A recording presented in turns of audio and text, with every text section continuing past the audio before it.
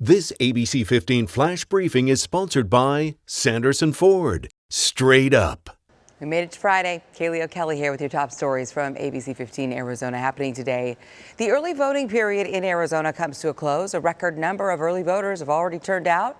More than 1.4 million here in Maricopa County alone. It's now full speed ahead to November 3rd. Vote centers across the valley have been opening steadily, and over the past couple of weeks, a total of 175 set up and running by Election Day. If you haven't turned in your mail-in ballot, you can drop it off at State Farm Stadium starting tomorrow. And that drop-off location will be open through Tuesday, November 3rd, Election Day. Hours for drop-off are on your screen there. Other locations include Hohokam Stadium, Sloan Park, Goodyear Ballpark, and Tempe Diablo Stadium. Today, Vice President Mike Pence will be here in Arizona campaigning here just a few days before the election, and he will be speaking at rallies in both Flagstaff and also in Tucson. Governor Doug Ducey says that he is ready to deploy troops from the Arizona National Guard if there is civil unrest about the upcoming election. But our planning and hope would be that we're not going to have civil unrest. But if we do, the National Guard's at the ready, and we won't hesitate to call them out. Guard members from 2 states are on standby. Arizona for the west and Alabama for the east, and we're told it would be in a supportive role doing things like escorting emergency equipment, helping with area security and traffic problems. Well, as we all know, COVID-19 has led to job losses. People's worry about the economy and employment has become the top issue for Latinx entrepreneurs. Lucy Hernandez is a mom looking for work, laid off from her serving job at a hotel more than 6 months ago. I've been working in the company for 20 years. And it's just like one day you come to work and they tell you, we don't have a job for you anymore. It's stressful. I've been going through, I think, depression. A Pew Hispanic survey shows that Latinos are among the hardest hit by coronavirus job losses, and it could get worse. My husband works in a hotel. His place is open right now, but who knows what's coming. Many Latinos say the election is no longer about Democrat and Republican, but about who can bring back their jobs.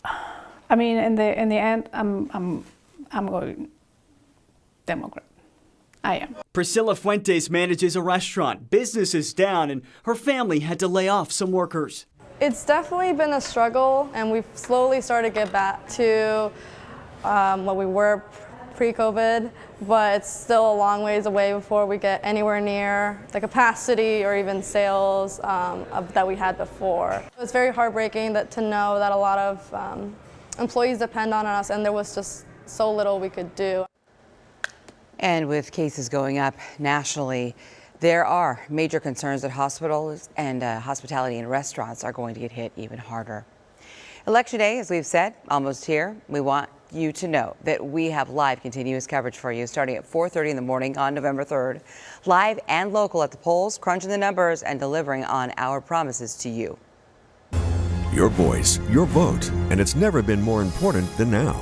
ABC 15 has been talking to voters, embedding in the campaigns, and leaning on experts. In-depth insight, real-time reaction, and above all, facts and accuracy as we bring you the results. Join ABC 15 Arizona, your home for election coverage. Well, concerns over housing thousands of Arizonans could be out on the streets by this time next week. Tomorrow, the state's eviction moratorium expires with no plans for an extension, but there are still federal protections in place.